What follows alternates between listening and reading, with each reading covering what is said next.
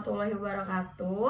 Halo teman-teman semua, perkenalkan nama saya Miftah Fazrianti. Saya dari Universitas Indraprasta PGRI atau lebih dikenalnya Unindra. Di sini saya diberi kesempatan oleh dosen saya, Bapak Anco SSOS IMPD, untuk mempresentasikan materi filsafat ilmu yang berjudul Logika dalam Filsafat. Langsung saja saya ke materinya. Logika adalah bagian filsafat yang memperbincangkan hakikat ketepatan, cara menyusun pikiran yang dapat menggambarkan ketepatan berpengetahuan. Tepat belum tentu benar, sedangkan benar selalu mempunyai dasar yang tepat. Logika tidak mempersoalkan kebenaran sesuatu yang dipikirkan, tetapi membatasi diri pada ketepatan susunan berpikir menyangkut pengetahuan. Jadi, logika mempersyaratkan kebenaran, bukan wacana kebenarannya. Dan secara etimologis, logika berasal dari bahasa Yunani, yaitu logos yang berarti kata atau pikiran.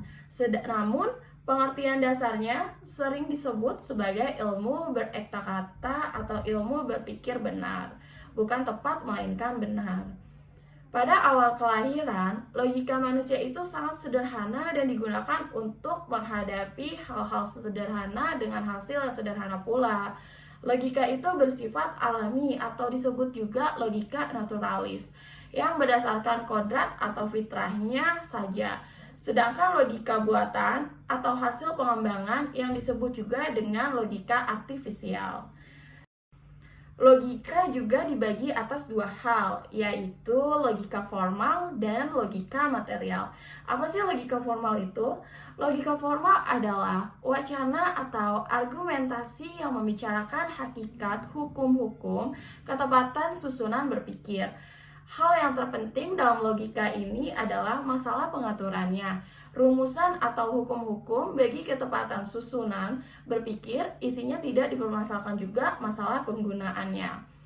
Sedangkan logika material itu adalah wacana atau argumentasi mengenai hakikat penggunaan ketepatan susunan berpikir terhadap bidang-bidang kegiatan berpikir tertentu.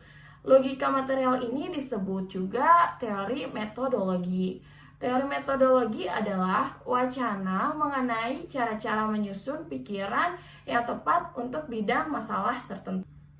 Logika juga dibagi menjadi dua jenis, yaitu logika induktif dan logika deduktif. Logika induktif merupakan hasil penelitian atau teori mengenai prinsip-prinsip kesimpulan dari berbagai kenyataan. Sedangkan logika deduktif merupakan hasil penelitian atau sistem mengenai prinsip-prinsip kesimpulan yang mengarah pada penggunaan suatu prinsip. Keterkaitan ilmu filsafat dan ilmu logika. Apa sih keterkaitannya antara ilmu filsafat dan ilmu logika? Keterkaitan antara ilmu filsafat dan ilmu logika yaitu logika sebagai dasar filsafat dan sebagai sarana ilmu yang merupakan jembatan penghubung antara filsafat dan ilmu. Logika juga merupakan sebuah ilmu yang sama-sama dipelajari dalam matematika dan filsafat. Manfaat ilmu logika dalam filsafat. Di sini ada beberapa manfaat kita untuk mempelajari ilmu logika dalam filsafat, yaitu yang pertama, meningkatkan kemampuan berpikir secara abstrak, cermat, dan objektif, menambah kecerdasan dan meningkatkan kemampuan berpikir secara tajam dan mandiri, dan tentunya meningkatkan cinta akan kebenaran dan menghindari kesalahan-kesalahan berpikir, kekeliruan, serta kesesatan. Peran filsafat dan logika. Ada 3 peran filsafat dan logika. Yang pertama, membantu membedakan ilmu dengan saintisme. Dan yang kedua, memberi jawab atas pertanyaan makna dan nilai dalam hal mana ilmu membatasi diri pada penjelasan mekanisme saja. Dan yang ketiga, merefleksi, menguji, serta mengkritik asumsi dan metode keilmuan. Kesimpulannya, baik logika maupun filsafat ilmu yang juga merupakan cabang dari filsafat memberikan sumbangan besar bagi perkembangan ilmu psikologi. Filsafat ilmu adalah cabang filsafat yang hendak merefleksikan konsep-konsep yang diandaikan begitu saja oleh para ilmuwan, seperti konsep metode, objektivitas, penarikan kesimpulan, dan konsep standar kebenaran suatu pernyataan ilmiah. Hal ini penting supaya ilmuwan dapat semakin kritis terhadap pola kegiatan ilmiahnya sendiri dan mengembangkannya sesuai kebutuhan masyarakat.